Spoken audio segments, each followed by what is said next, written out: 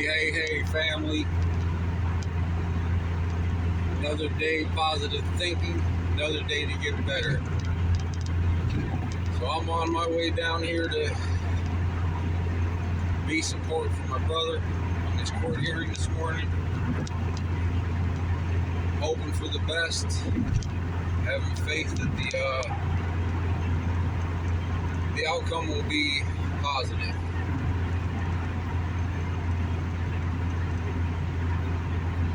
So I've been mentioning this word paradigm in my last few videos. Basically, it's just the way you see things. It's your belief system. It's your mental program. And I'm driving here and I'm thinking, so basically I'm driving along here. It's cold out. Snow on the ground, stuff like that. And I noticed that every time, so it's the way I see things. And I guess like they say, it comes from your experiences, for one thing.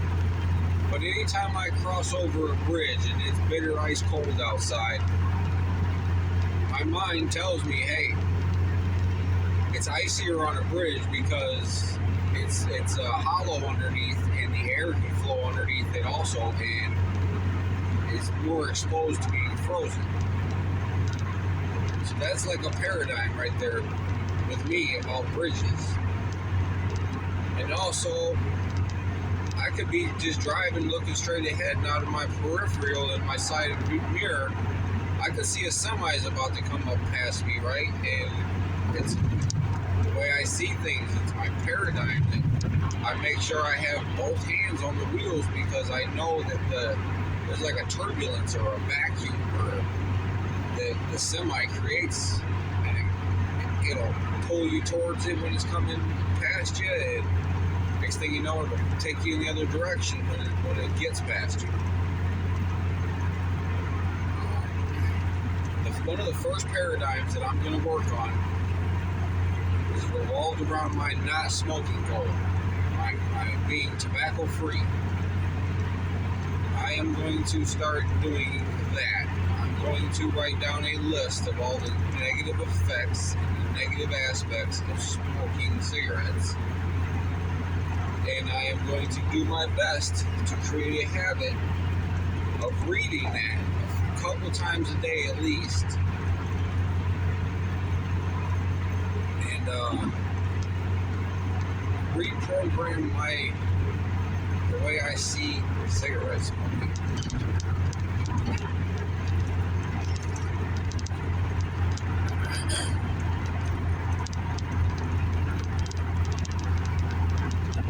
Sure is a lot of traffic on the road at 7 o'clock in the morning.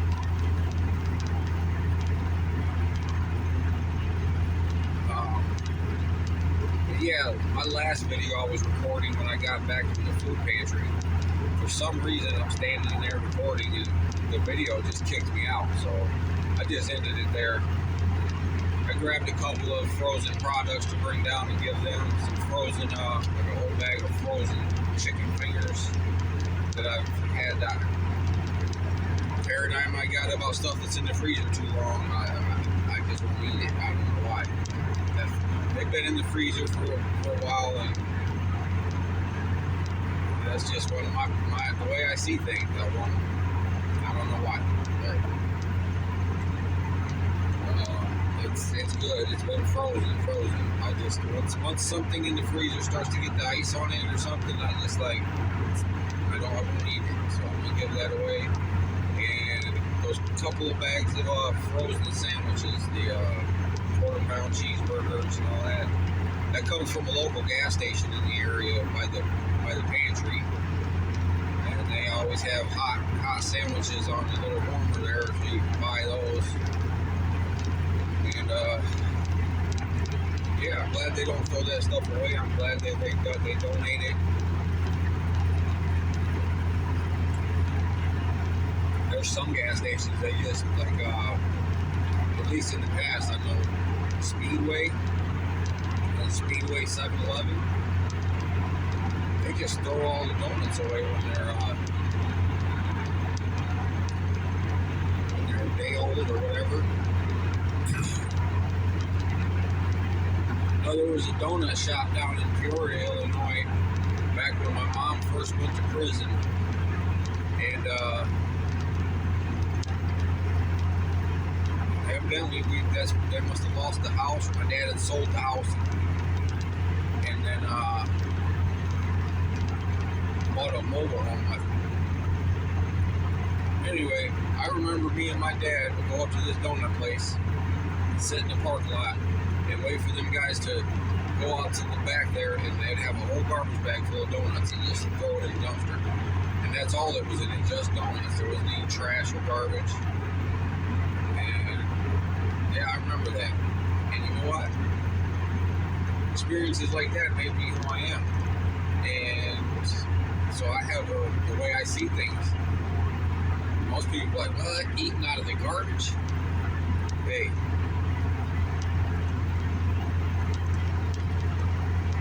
People see things differently, man. Paradigms. See that semi right there? I got one hand on my coffee, and the other hand grips tightly around the steering wheel here. But, yeah, man. I know this whole situation here for the past week has got me off my game a little bit. My routine was interrupted a little bit. And I was talking a while back about how you're just walking along in life, and, you know, lollygagging and doing what you normally do. And then a situation, basically life hits you with a brick. People from the ghetto know what I'm talking about. People from poor neighborhoods, projects, get hit with a brick, man. Dazed, confused. It will really throw you off your game, and it'll weaken you. It'll bring those weak thoughts straight into your mind. Unexpected life experiences. Here comes the truck. But yeah, I got my God Still Moves shirt on. Gonna go up to the courtroom with my God Still Moves shirt on. Because he does. He moves in my life. Every day, I look back at the past. I've made it through everything I've ever went through, right? Up until this day, if you're watching this video, you have made it through everything you went through. And this goes to show you, we can look at things positively. Our little belief coin that I was talking about, the way we see things. We can see things through a belief window of positivity, of faith, rather than doubt, worry, anxiety, basically looking into the future. And when you look into the future and you create this image in your mind of how an event or a situation or a group of circumstances is going to turn out. I mean, you actually in your mind make that. We actually in our mind, we make that real in our brain. Like the negative outcome has already happened, man. And that, like I said, your subconscious mind cannot tell the difference, or it does not. Yeah, it can't tell the difference between a real life experience or an imagined experience. The nervous system, the parts of the brain, and all that decipher real life experiences and that decipher are the same. That decipher your imagination and that decipher the real life experiences.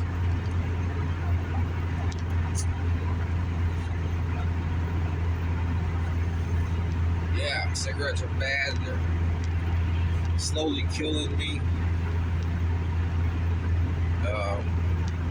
So yeah, I'm sitting here telling myself already it's a stressful situation with what's going on with my mom and brother, so I got an excuse to smoke. It calms my nerves, all that. Those are the ways that I see things that I gotta change in order to quit this. I'm not sure exactly how I quit that for that 3, 4, 5 months, whatever it was. Probably because I was vaping, replacing the physical movements with the vape, and chewing nicotine gum. But yeah, fuck.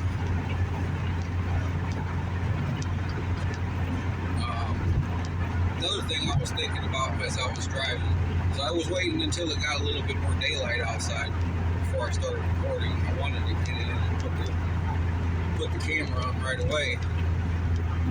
But I was sitting here and I was daydreaming, picturing these thoughts in my head, and I'm picturing, everything I'm looking at, and thinking about the belief system and the way you see things, and I'm thinking, man, these thoughts, it's almost like your eyeballs are a projector, and our dominant thoughts are projecting out, making my reality. If the way I saw things was different, my projection would be different, right? That's pretty cool. That's a pretty cool imagination. But that would be cool.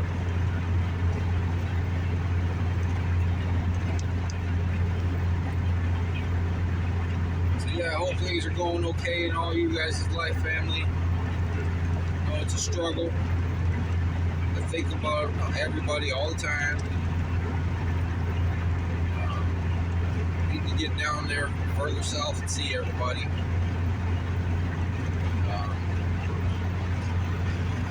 But for me, in order for me to change my life the way that I have so far, it would take a lot of me being selfish and just breaking away from everybody and concentrating on just me. And so actually, I was just concentrating on work and money, basically. I had to get that part of my life in order first. One of my old business partners, this is me and him, has started an auto repair shop way back in 2009 or something. He died of a heart attack at, he was 45 years old. He died in the office of one of our old shops, man. But he sat me down at a gas station one day when going through some struggles. This is back when I still drank and partied and everything. And evidently, but anyway, he told me that I had to take care of myself before I could take care of anybody else.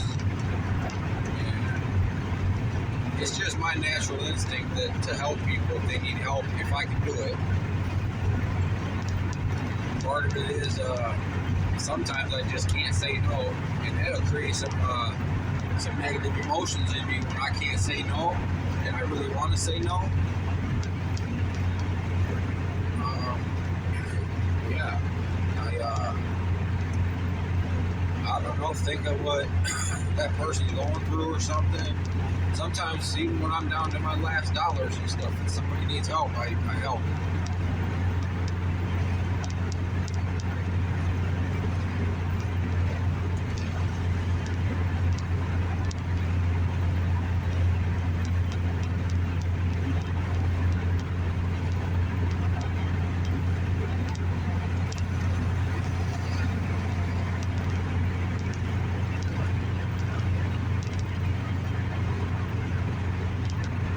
Sunrise over here, man, big full sun peeking up over the horizon. That's one thing I like about where I live at right now. Driving to work, the sun is behind me. When I used to live in my last place, and I used to drive out to my garage every day to run my little auto repair business, man, the sun was always directly in front of me, man.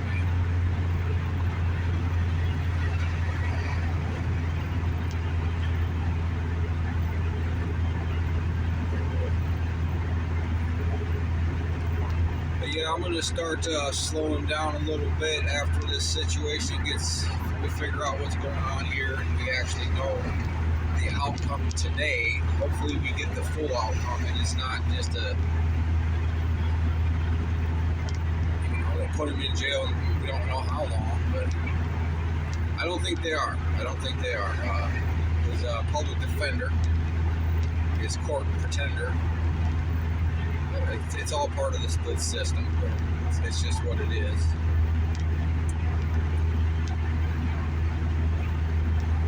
I only kind of believe that because that's what I've always heard in all the jails and prisons and all that, public pretender. But they are actually there, they work with the courts, yeah. I guess to meet a right that we have to have legal representation.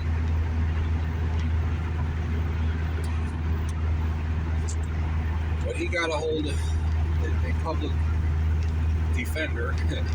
I was going to say pretender. He got a hold of my brother and let him know that I guess the judge is undecisive and there's more people in my brother's corner than not in his corner. And there's one lady that's not in his corner that's recommending incarceration and discharge for the program, which he's almost completed that just by time. So, but in the early stages of him getting sober and stuff like that, and getting out of prison and out of inpatient and having to go to these groups, in the early stages of that, he called her some names and said some nasty things to her, and evidently she hasn't forgotten that. She even kept him in that group another extra month, but I'm sure it's all out of good intentions, man. This whole problem-solving court, the judge, I believe she's got a good heart and she does it for the right reasons. And she probably she does have a hard job deciphering the honest people, the people that are changing from the people that are trying to hide stuff. So a diluted drop, you got to figure out what's going on, right?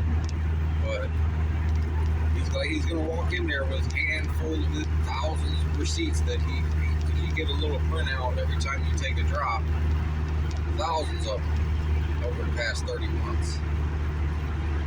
And he's had a few diluted drops. I mean, even before and after that diluted drop, there were several urine tests before and after, and they were all negative. Not negative, yeah, negative. There was no negative is good in a UA test. So positive means you've got some drugs in your system.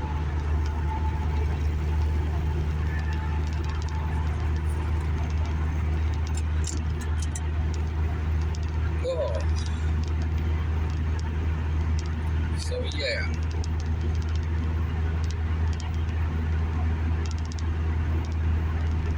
I'll make another video here on the way back home. So I had to take work off today to go do this. I've been enjoying work the last few days.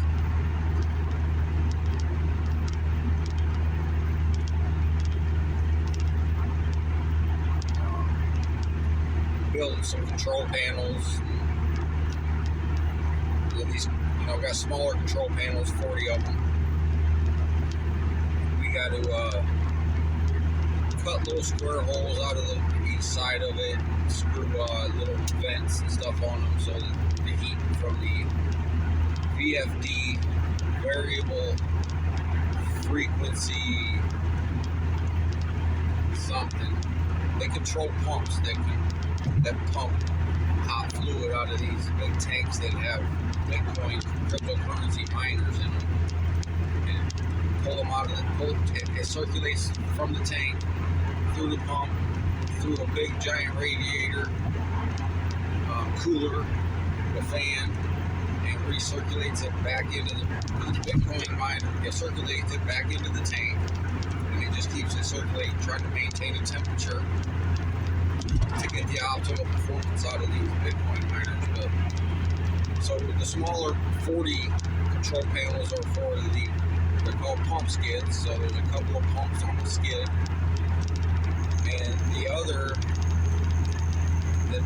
ones. There's 10 of those. You got 10 of the big control panels, and you got to cut a hole in the front door of that, a square hole for a computer screen, little computer screen. Put a little hole for a e-stop switch, and put vents on the side of that. But the big ones are for controlling the fans.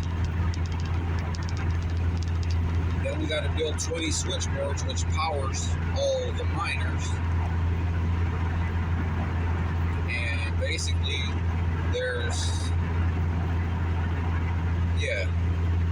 it's not a new concept, so I'm not giving away any information out here. But if you look at big Bitcoin mining operations online and stuff like that, you see big fields full of shipping containers and this and that. But these are shipping containers. It's modular. Alright, well, my brother's calling me right now. I'm going to end this video. Love you guys. Keep getting better. Never give up.